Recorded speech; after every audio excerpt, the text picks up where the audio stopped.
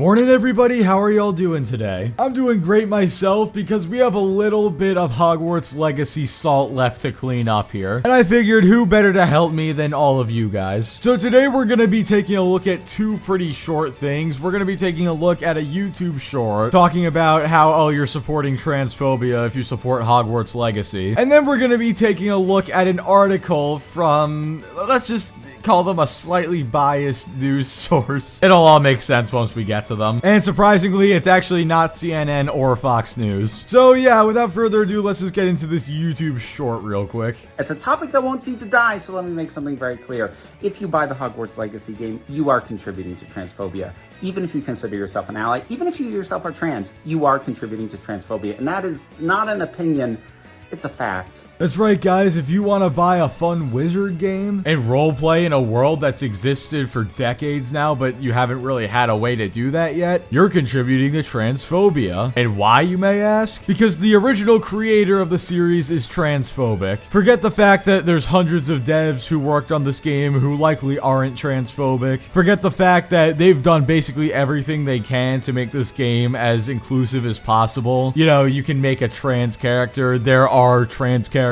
in the game. You know, forget all that. You are transphobic for buying this game. Sorry, there's nothing you can do about it. My god, what a joke of an argument. But before I make my counterpoint, let's let this person explain why. You know, everybody gets a fair chance to explain their reasoning. J.K. Rowling, both through the words she says and direct financial contributions, is signal boosting and enabling multiple groups and individuals who are actively pushing for the stripping away and restricting of rights of trans people, especially in the UK right now. And it's working.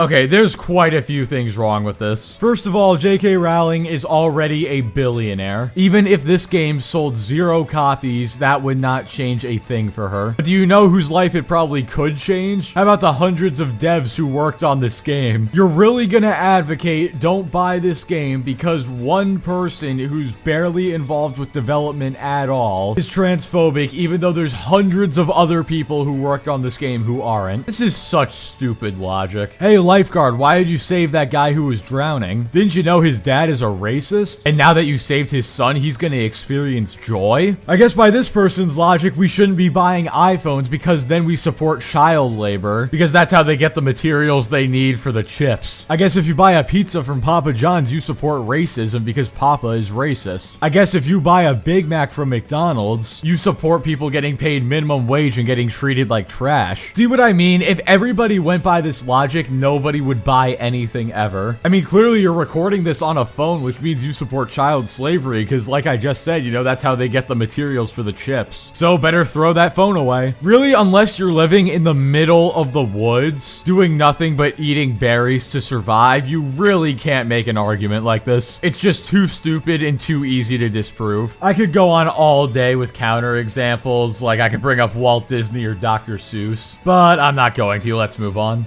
If you pay for that game, you're contributing to that. Rowling has made it very clear she believes every penny of the residual checks that she gets to be proof that people support her and are fine with what she's doing. And no matter what other rationalizations you have, oh, I'm supporting the devs, I just really love this universe, that's fine, but you are also contributing to transphobia. You're acting like people hand J.K. Rowling a check every single time she tweets something transphobic. That's not how this works. People support her financially when she puts out like a book or a movie that they like. I highly doubt she sees the money coming in from her books and then says, oh yeah, that money came in because I said something transphobic. No, it's because she created a work of art that people liked and paid for. Let's give another example. Are people supporting sexual harassment by buying Activision games? No, it's because they like the game and they want to support it and play it. When people buy Hogwarts Legacy, it's because they want to play the game. It's not because they want to fund a transphobe. Although note I said, if you buy it, not if you play it. There's a debate to be had about big streamers, whether they should be boosting it, but for your average person, if you find a way to get it without paying for it, well, I mean, I do agree if people want to pirate the game, they absolutely can. But nah, that's too much effort for me. I'll happily pay $60 for it. Although they better sort out these performance issues really soon or I'm gonna be upset. I didn't pay a couple $1,000s for my PC to constantly stutter. But yeah, that's the end of the short. And really quick, I just wanted to take a look at this snippet from an article. And this article as well claims that you support transphobia if you buy Hogwarts Legacy. Again, a little ironic considering this person likely wrote this article on a computer or a phone, which by their logic logic would mean they support child slavery, but you know what? We're just gonna ignore that. Because instead, I want to focus on who this article comes from. This article comes from MSNBC. And in case you guys don't know how biased they are in terms of politics, well, I can't play the song that I want to play because I'm gonna get copyrighted, so I'll just sing it myself. Slide to the left.